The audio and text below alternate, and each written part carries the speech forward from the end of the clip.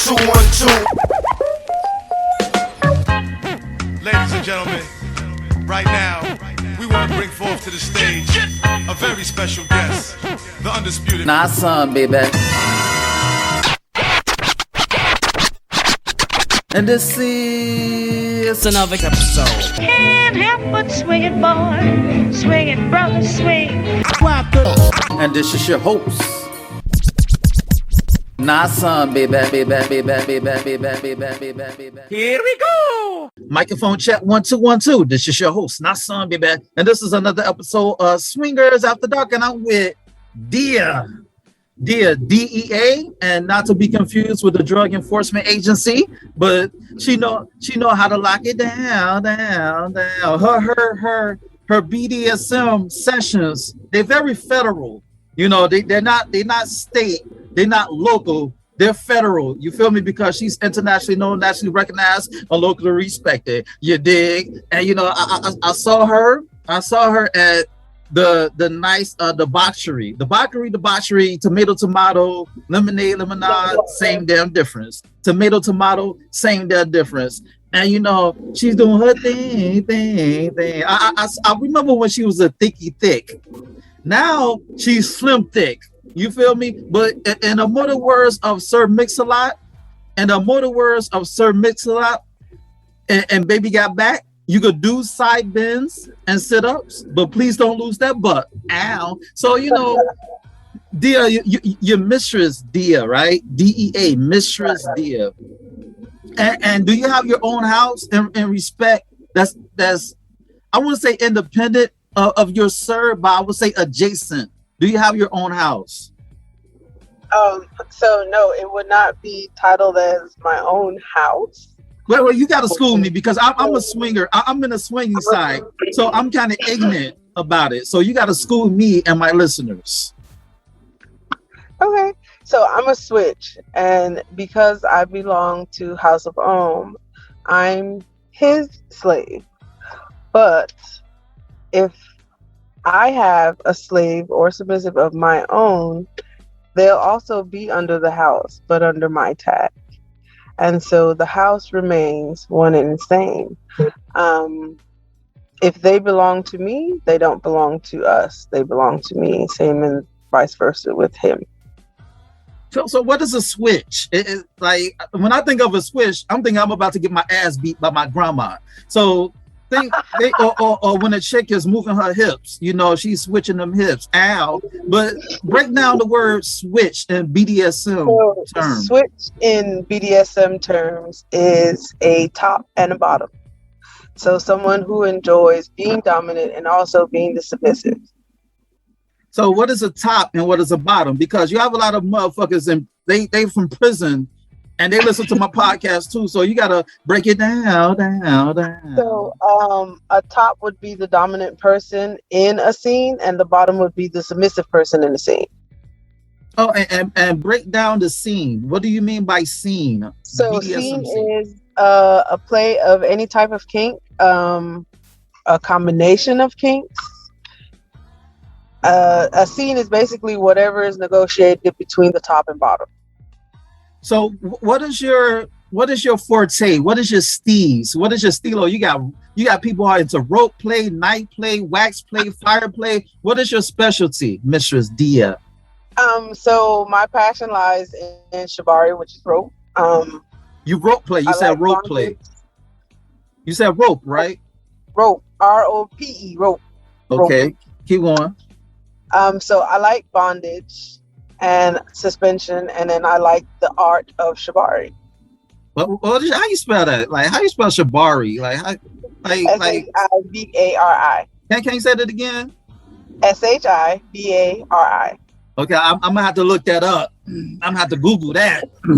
You feel me? I'm gonna have to Google that. So, how long have you been in the BDSM lifestyle? Oh, roughly 7 years now. Okay, roughly give or take 7 years. So what had drawn you into BDSM? And listen, if you say 50 Shades of Grey, I'm gonna end this interview. I'm gonna cut off record and I'm gonna end this interview. So what No, 50 Shades of Grey got nothing on me. But yeah, no. So, let's see. So one of the things were knives. I've always liked to play with knives, and then, I like impact. I'm a masochist, a sadomasochist actually.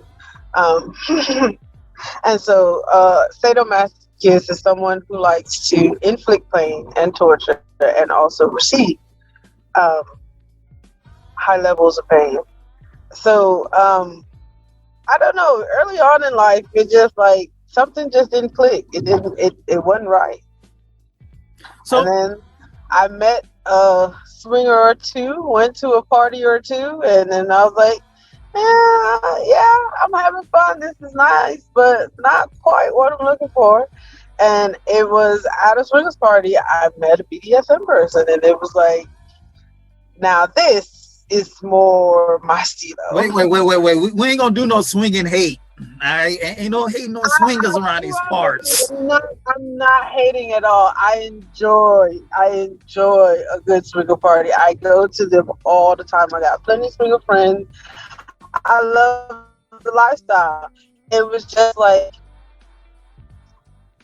it's just not what I was looking for. It's not your cup of Henny. It's not your cup of Henny. It just, yeah, it was like, that's not it. Like, it's something, but like, it's something else. Like, it's something more. Like, that's not it. So let me ask you this question: do you inflict pain on yourself so you can know somebody else's pain threshold? Like, how do you know somebody's threshold when it comes to inflicting pain? Well, not even pain. Let me back up. Like, when you're in a session, how do you know how far you should take it? Everybody got their safe word, but how do you know how, like, if you're really hurting somebody? So here's the thing. Even at the night of debauchery, I had one guy, his lady mistress wanted to test his limits because he likes impact, and she's never been able to get him to a point to say his safe word. However, throughout the night, what people didn't see, like, everybody was watching the session, like, it was like, oh my gosh, like, wow, like, he's taking that. But what they didn't see, or what nobody really pays attention to, is before I even started, I had a little conversation with her. Like, what do you guys normally use? When you say test his limits, where have you tested them before? Like, she's like, no, go for broke. Like, he can take it, but I've just never been able to get him to his highest peak, and I want to see if someone else can. I'm like, okay.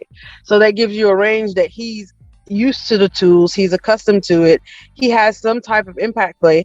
And then when I spoke to him, okay, what's your safe word, where are your off limits? Like, you gauge people's, every scene should be negotiated, let's put it that way. That's how you gauge where someone's limits and tolerances lie. Now, as you're going, whatever the kink is, at that time it was a dragon tail, so it was just impact. Every few lashes, are you okay? Even if you're not saying your safe word, are you okay? Do you want to continue? I need you to speak to me. I need you to communicate. Let me know, since we don't know each other like that you're okay during the process. Okay, so do you remember your first scene that broke you, that busted your cherry? That you know? Yes, definitely. It was. Were you nervous? Like break that down. Like, explain. I was excited, actually. I think I was nervous like 2 days before, because I had planned it. Like, I had to pre-plan, and so 2 days before I was like, okay, I might be a little nervous, but like the night before and the day of, it was like I was excited, and I had an amazing first scene. Like, I got to play with a female and a male bottom all at the same time. Oh, so how does that work? What do you mean by play? Listen, you got to talk to me like I'm ignorant. So what is play? So play was the scene that we had. So it was impact, rope, wax, knives,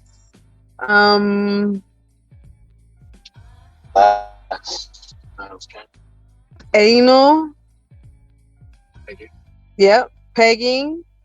So you peg motherfuckers. You like to fuck dudes in the ass, huh? Oh, most definitely. Okay, Most definitely. okay. I'm definitely that pig. Okay, I respect the other stuff, but you can keep that over there, and we'll leave the fucking chicks in the ass to me. You feel me? Whoever's fucking somebody in the ass is me with chicks. But I dig it. So what is before we get into that? You know, it's but for somebody. It's for some people today. I respect that. Okay, so explain impact play. Break it down. So What's that? So let me just tell you how the scene went down. So what I did was I had 2 folding chairs and I tied them ass out to the folding chairs, like hands to the legs of the chairs, hands and feet to the legs of the chair. And so they were both arched ass out, and we did a trivia. The trivia was about me. Who knows me best? And so if you won the question, you got a prize, you got a point. If you didn't, if you were the loser in the question, then you got a lash, or you got however many lashes if you got the question wrong. Okay. And then the other person had a chance to, so it was a trivia game. And so the impact part of the scene happened that way. And let's see who won. Yes, the female won that night, that day. And then so by that time, they were both like, okay, I got the next part of this. And so I got to do some clothespin zip lines, pussy flogging, okay, rope. I got to tie him and her, bondage. I got to do flogging with him. He's a masochist and he has a very high threshold for pain. And so he said that, what did he say? Oh, I won't fold. And I was like, challenge accepted. And it was like, what, 6 lashes in? And he was down on the ground. It was amazing. Oh, okay, so let's switch gears. Wait, what is your safe word? Before we switch gears, no pun intended, what is your safe word? Or what is the safe word that you give the people who you're in a session with? So general safe word that I give is the red light system, the traffic light system. Red means stop, yellow means I'm close to my stop, green means go. Okay. So no confusion, makes it easy for everybody. You said no confusion. Mm-hmm. Okay, at the Nights of the Boxery, I saw your men, and like dude had his shirt off on some Incredible Hulk shit. You know what I'm saying? Like he got muscles on top of muscles, and I haven't worked out since the start of the pandemic. Like I looked at him, I was like, yo, I'm gonna have to hit the gym hard body. And I'm thinking to myself, if I ever get into an issue with this dude, I'm gonna have to stump on his pinky toe to stop him. You feel me? Like I don't know what to do with this motherfucker because he got like muscles on top of muscles. So it's like, wait, I don't want to mess up a brother's name. What's pass the mic, Tim? What's your name? I am Sir O. Omri, OMRI. Okay, OG. You know, you have a. Excuse me, what you say? I'm the head of the House of Rome. I am also a master. I've been into BDSM since I was a kid, literally. I grew up in a BDSM house. So what do you think about today's BDSM in contrast to the past? It's more about kink and less about service. But to each his own. If that works for you in your house, then do you. And then most people only think of BDSM as rough or kinky sex, which means spank me or choke me. To me, that's vanilla stuff. So my kinks range from light to very dark, which I get to practice because I have my own Dia. Okay, so how did you build your house? Because a lot of people build a house on quicksand. So how you make sure it's solid, that you have a lot of rooms for improvement? I stress consent. I stress communication. But above all, it's about service. I know that my job is to serve the house as a whole, to set the plan and the standard. I know that any slave or submissive under me, their job is to help me do that. I also understand that because I'm the master, my job is to find out what their weaknesses are, build those up, find out what their strengths are, and make them better. Whether it's they're having trouble at work, they want to get another degree. BDSM is a lifestyle. It's not just let me tie you up or let me spank you. It's a lifestyle, which means I want you to be the best person you can be. Because you're the best person you can be, you're an extension and a representation of me and my house. Okay, so how do you vet like the people in your house? Because you can have a home wrecker. You understand? They'll fuck everything up. You feel me? You're only as strong as your weakest link. So how do you vet the people who come into your house? Typically what I do is we meet people, either if they're going to be hers or mine or ours. If they have any issue with their role in our life, if they have any issue accepting their role personally, it takes a strong person to submit, to give control over different aspects of their life. People think, well, they're just telling you what to do. That makes you weak. It's exactly the opposite. The slave and the submissive has the true power in any dynamic. Of course, the master or the dominant has control, but they're given control by the submissive. They can take it away at any time. They can stop a scene. They can ask for release and end the dynamic. That's power.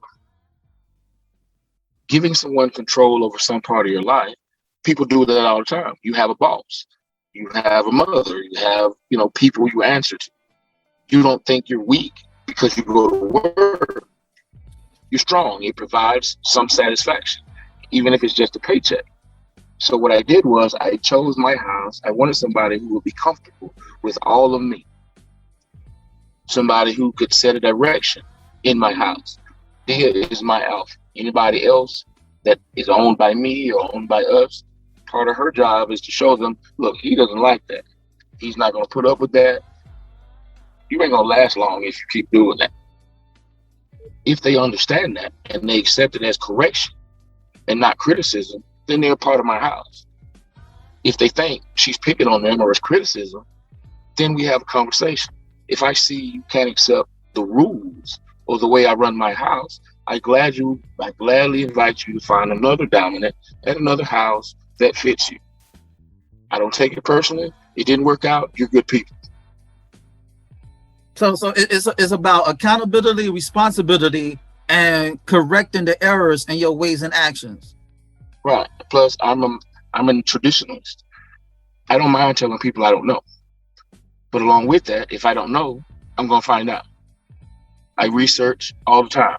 I've been a master in BDSM practically 50 years, counting from a childhood to when I decided I'm gonna actively be a dominant. It's not a finish line where I'm a master, so now I can stop researching. I research BDSM. I research different kinks. I even research kinks that I'm good at, because you can't stop being good at what you like. Why not be better? And when I met Dia, I want to be the best there is at you.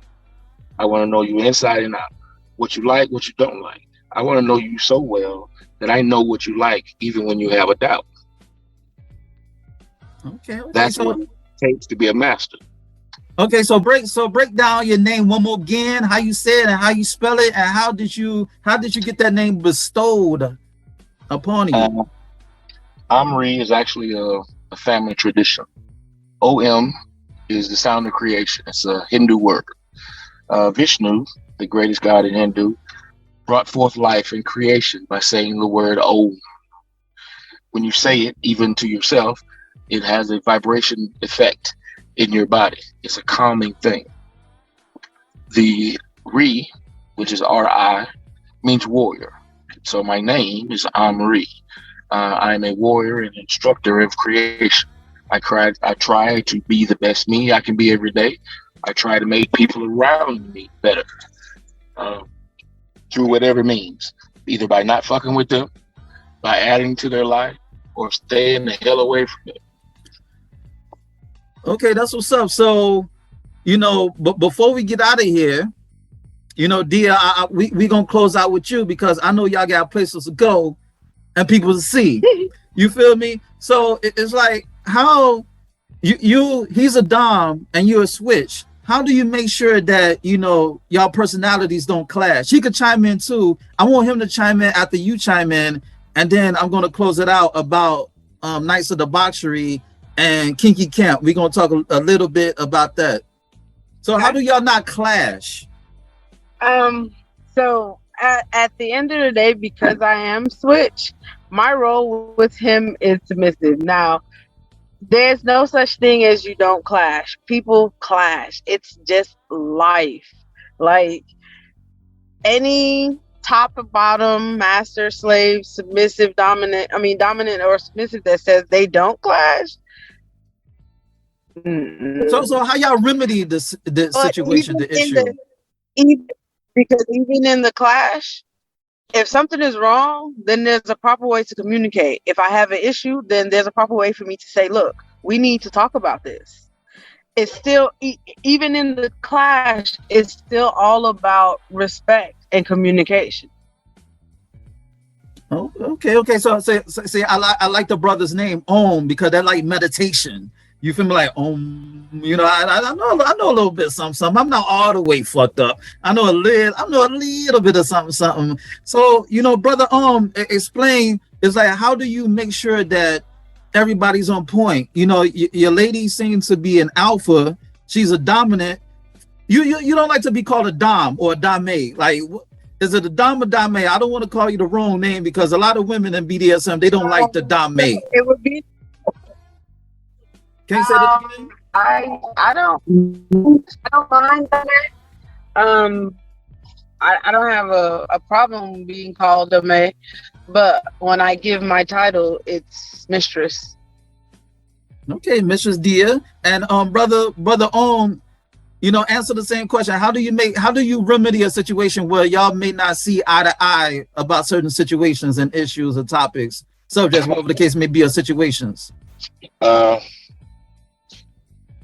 In my house, my word is the last word. I take responsibility for that. If I make a decision and it's bad, I know it's on me to fix it, whatever it is, however long it takes.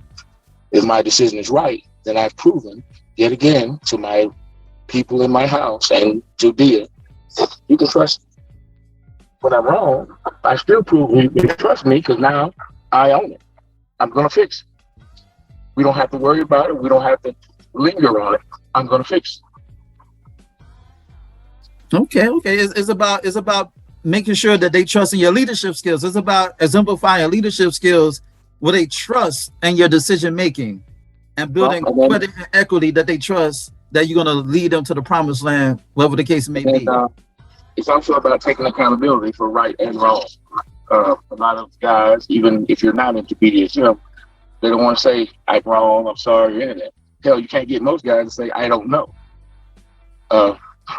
Because it's a sign of weakness. Weakness is if you don't know something and acting like you do.